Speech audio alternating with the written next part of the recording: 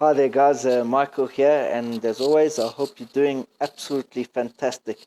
So, today I got a question, and the question goes um, how do I love myself in a way which is pleasing to Hashem?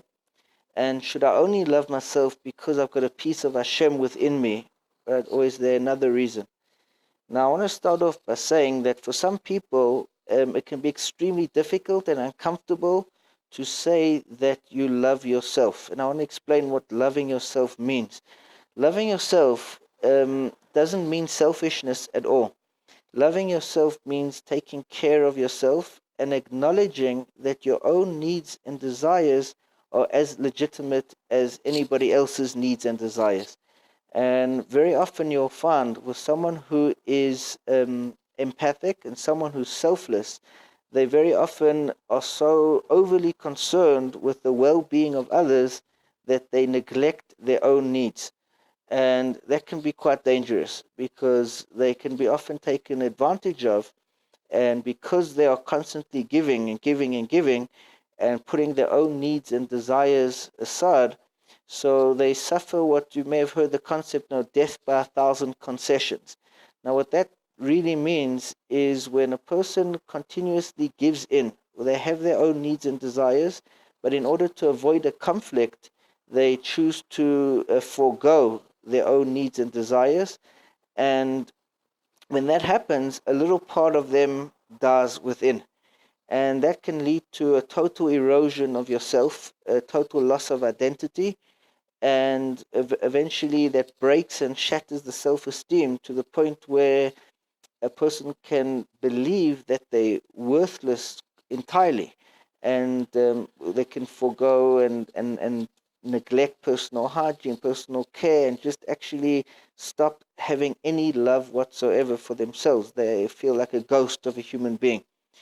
Now, when when we talk about loving yourself, we're talking about validating yourself. Now, in order to validate yourself, one has to accept the fact that your needs and desires also count.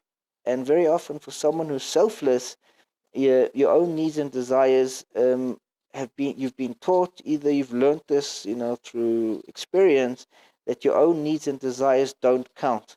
Now, this may have happened in childhood for a lot of people, where their own desires, they've always been told that they can't have what they want, or their needs and desires have been ignored or neglected. And when that happens, so you start believing that your own needs and desires should always take a second place. And people like that often are in a very vulnerable situation. Now, the difference between self-esteem and arrogance is self-esteem is acknowledging that your needs and desires are legitimate and that it's okay to be you. Whereas arrogance is a comparative state of mind where you're saying, I'm better than you, I have to run you down, I have to put somebody else. So one is internal, self-esteem is completely internal, whereas arrogance is external. It's a comparative state where you're looking at the difference between yourself and somebody else. Now, arrogance is bad, but it's not the same as self-esteem. Having a positive and healthy self-esteem is acknowledging that there are times where you need to put yourself first, and it's okay to do so. And it's having the ability to say no when no is needed. Now, to be selfless has to be with a balance, and which means that a person needs to give of themselves. There's a saying in Chazal, so we say, "V'ahavta l'reacha kamoicha." You should love your friend like yourself. Now, the word "ka" means like, but it can also mean until. So you should love your friend until yourself. What that means is that a person should love and give of themselves until it starts impinging and infringing on your own space, when you are no longer being considered, when you're basically being invalidated. So that is a point where you have to stop the giving. At that point, you're now damaging yourself by overextending.